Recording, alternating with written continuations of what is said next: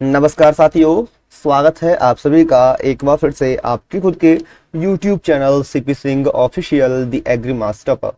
साथियों, मैं चंद्र प्रकाश आज उपस्थित हूं आपके समक्ष एक और नई बीमारी के ऊपर चर्चा करने के लिए, जिसका नाम है हीमोरेजिक सेप्टिसेमिया, जिसे हम एचएस बोलते हैं। हिंदी में इस बीमारी को गलघोंटू बोलते हैं, जो कि हमारे पशुओं में सबसे ज्यादा देखने को मिलती है। पशुओं में यह ज्यादातर भैंस, गाय, बकरी, भेड़ जैसे जानवरों को ग्रसित करती है।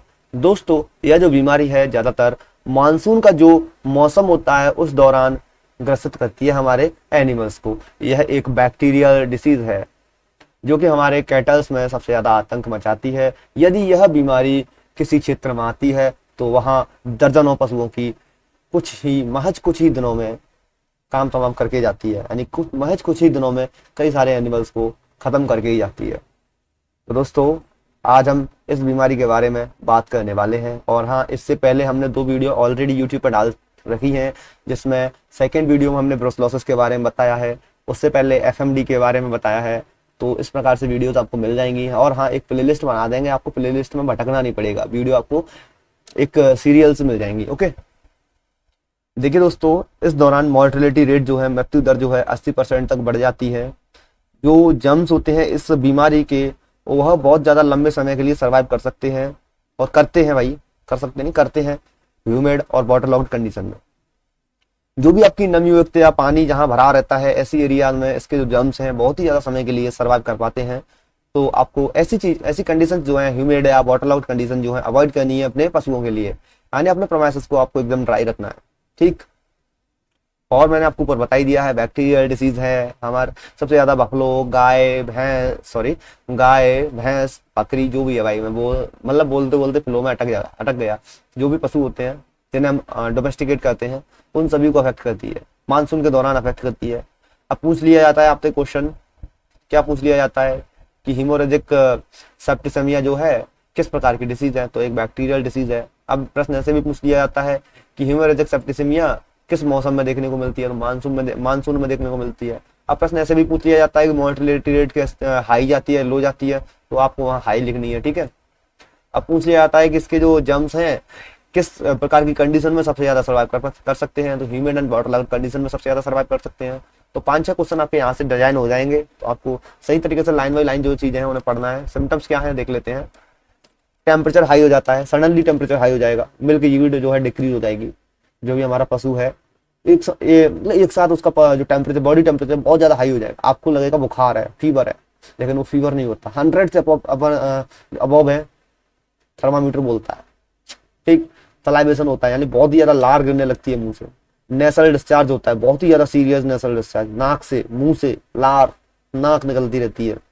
सीवियर ऑयडेमा ऑफ थ्रोट रीजन, और जो थ्रोट रीजन है वो सूज जाता है।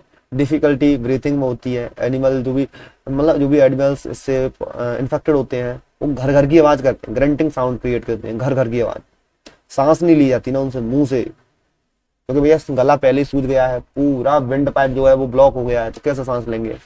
और एनिमल्स जो है, यहाँ तो 1 से 2 दिन लिखा है, लेकिन 2 से 3 घंटे में उनकी मृत्यु हो जाती है, खत्म हो जाते हैं एनिमल्स 2 से 3 घंटे में। क्योंकि हमने ऐसा एक केस देखा है, हमारा खुद का एक पशु था, पड्डा था। तो पिछले साल की बात है, जो जुलाई के महीने की बात है, शायद जून जुलाई की, ऐसी बात है, जून की थी। तो वहां हुआ क्या था कि वैसे तो कोई ऐसा एरिया ही नहीं था हमारे वहां पे, लेकिन फिर भी सुबह जब हमने देखा तो एक तो हमारे पड्डे के मुंह से लार निकल रही थी, नाक बह रही थी, और उसका गला जो था ना सूज गया था। सुबह ही हमने देखा तो हमने तुरंत डॉक्टर को बुलाया, तुरंत उसका ट्रीटमेंट करवाया, लेकिन ट्रीटमेंट जो था कारगर नहीं हुआ। ठीक, जो बफलो, इससे ज्यादातर जो भी कैटल प्रभावित होते हैं वो बफलो होती हैं। एनिमल्स जो क्लिनिकल साइंस दिखाते हैं, पार्टिकुलरली बफलो रियरली रिकवर, यानी कि रिकवर नहीं हो पाती। यह डिसीज ऐसी है, आप जब आपका एनिमल जो है इन्फेक्ट हो रहा है, उसी समय आप अगर ट्रीटमेंट दे रहे हैं तो आप उसे बहुत ज्यादातर कंट्रोल कर सकते हैं, लेकिन बहुत ही ज्यादा रेयर होता है, बहुत ही ज्यादा दुर्लभ होता है उसे कंट्रोल करना। बहुत ही ज्यादा समस्या हो जाती है, आपको उसे रिकवर नहीं कर पाते भाई। सीधी सिंपल बात यह है कि ये रिकवर नहीं होती है। तो आपको जो चीज मैंने पहले बताई थी, आपके बाड़े में वाटर लॉग कंडीशन, ह्यूमिड ऐसी एरिया, डिसइंफेक्शन आपको प्रॉपरली करते रहना होता है। जो भी एंडेमिक एरियाज हैं तो वहाँ सबसे ज़्यादा मृत्यु देखने को मिलती है। एंडेमिक एरियाज मतलब जिस एरिया में यह बीमारी अपना आतंक मचा रही है उस क्षेत्र में सबसे ज़्यादा हमें मृत्यु जो है देखने को मिलती है। सिम्टम्स आप देख सकते हैं, ये सिम्टम्स है भाई, लार कर रही है मुंह से, नेसल डिस्चार्ज हो रहा है, ये देखिए, ये थ्रोट रीजन स्वेल हो जाता है। महज 2 से 3 घंटे में ही पशु की मृत्यु हो जाती है। ठीक, तो ये ब्रुसलोसिस सॉरी हीमोरेजिक सेप्टिसेमिया होता है, गलघोंटू बोलते हैं जैसे हिंदी में। प्रिवेंशन की बात करें तो सेग्रेशन, जो भी हमारा एनिमल है इन्फेक्टेड और हेल्थी दोनों हमने एक साथ बांधे रखे होते हैं अपने बाड़े में या जो भी हमारा प्रेमाइसिस है, तो वहां से दोनों को तुरंत सेग्रीगेट कीजिए, अलग अलग कर दीजिए, पृथक कर दीजिए। ठीक है, इन्फेक्टेड जो भी एनिमल है उसे अलग कीजिए और हेल्थी है उसे दूर बांध दीजिए, अलग कर दीजिए। अवॉइड कर दीजिए वहां से क्राउडिंग, जो भी क्राउडिंग है बैट सीजन में क्राउडिंग जो भी हो जाती है उसे अवॉइड कीजिए, वहां पे भीड़ वगैरह नहीं करनी है। वैक्सीनेशन आपको करवाना है 6 महीने में, जब आपका पशु हो जाए, अबव एज का हो जाए तो आप वार्षिक रूप से उसे ऑनसेट मानसून एंडेमिक एरियाज में आपको उसे वैक्सीनेट करवाते रहना है। वैक्सीनेशन हर एक पशु चिकित्सक के पास अवेलेबल रहती है, ब्लॉक में जाकर भी आप ले सकते हैं। ठीक, ट्रीटमेंट की बात करें तो ट्रीटमेंट वही है भैया, क्या आपको वैक्सीन देनी है। अगर आपका पहली स्टेज में ही है, इन्फेक्शन होता ही जा रहा है, तो आप उसे वेरी अर्ली ट्रीट कर सकते हैं, लेकिन चांसेस बहुत कम रहते हैं, कुछ ही एनिमल सर्वाइव कर पाते हैं। ठीक, और case fatality approaches 100% if treatment is not followed at initial stage of infection. तो ये चीजें आपको देखनी होती हैं। दोस्तों, इस वीडियो के माध्यम से मैंने आपको हीमोरेजिक सेप्टिसेमिया, जिसे हम गलघोंटू बोलते हैं, इस बीमारी के बारे में संपूर्ण जानकारी जो भी थी प्रोवाइड कर दी है। आशा करते हैं यह वीडियो आपको अच्छी लगी होगी और इस वीडियो के माध्यम से कई सारे प्रश्न आपके जो भी एग्जाम में बनने थे वह सॉल्व हो चुके होंगे।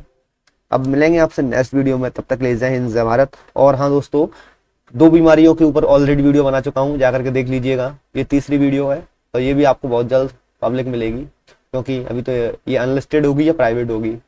ठीक, जैसे पब्लिक कर देंगे आपके पास अवेलेबल हो जाएंगे देखने के लिए। ठीक, और हाँ बेल आइकन को जरूर प्रेस करके रखिएगा, क्योंकि नोटिफिकेशन आपको टाइम टू टाइम प्राप्त तब भी होते रहेंगे। चलिए लेते हैं विदा, मिलेंगे आपसे नेक्स्ट वीडियो में, तब तक के लिए जय हिंद जय भारत। On again.